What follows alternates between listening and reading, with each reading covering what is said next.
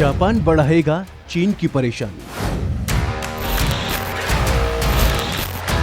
चीन को जवाब देने के लिए जापान तैयार, बॉर्डर पर तैनात होंगे खतरनाक हथियार। चीन द्वारा ताइवान और जापान के आर्थिक क्षेत्रों के नजदीक मिसाइलों के दागे जाने के बाद जापान ने अपनी कमर कस ली है।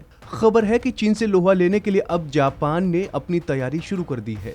इसी के चलते जापान जल्द ही जापान चीनी बॉर्डर पर लंबी दूरी तक मार करने वाली मिसाइलें तैनात करेगा। एक मीडिया रिपोर्ट में छपी खबरों के अनुसार मिसाइलों को मौजूदा हथियारों में संशोधित किया जाएगा ताकि उनकी सीमा 100 से 1000 किलोमीटर तक बढ़ाई जा सके।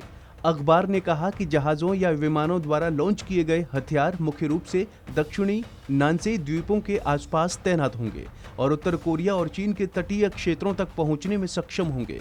हालांकि जापान के विदेश मंत्रालय के प्रतिनिधियों ने इस रिपोर्ट पर कोई टिप्पणी नहीं की है। आपको बता दें कि जापान ने पिछले कुछ समय में अपने सैन्य खर्च को बढ़ा दिया है और हाल के समय में अधिक मुखर रणनीति अपनाई है। रिपोर्ट में कहा है कि जापान अपनी सेना का इस्तेमाल केवल आत्मरक्षा के लिए कर सकता है। बता दें कि अमेरिकी प्रतिनिधि सभा की स्पीकर नैन्सी पेलोसी की ताइवान यात्रा के बाद इस महीने क्षेत्रीय तनाव काफी बढ़ गया है।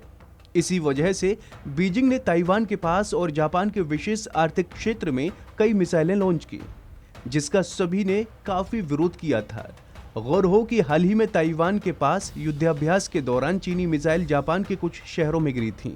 जापान ने इसका कड़ा विरोध जताते हुए चीन को सख्त चेतावनी दी थी। चीन की हरकतों को देखते हुए जापान ने अपनी सीमा पर सैन्य ताकत में इजाफा किया। हालांकि इससे पहले शनिवार को दोनों देशों के जहाजों को आपस में टकराने की भी खबरें आई थीं।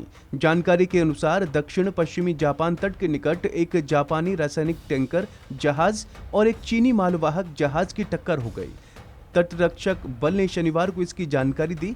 इस घटना में रयोन शिनमारू नामक टैंकर पर सवार 6 जापानी चालक दल में से कोई भी घायल नहीं हुआ, जबकि बेलीज पंजीकृत मालवाहक जहाज शिनहार्ड 99 पर सवार 14 चीनी चालक दल भी सुरक्षित हैं।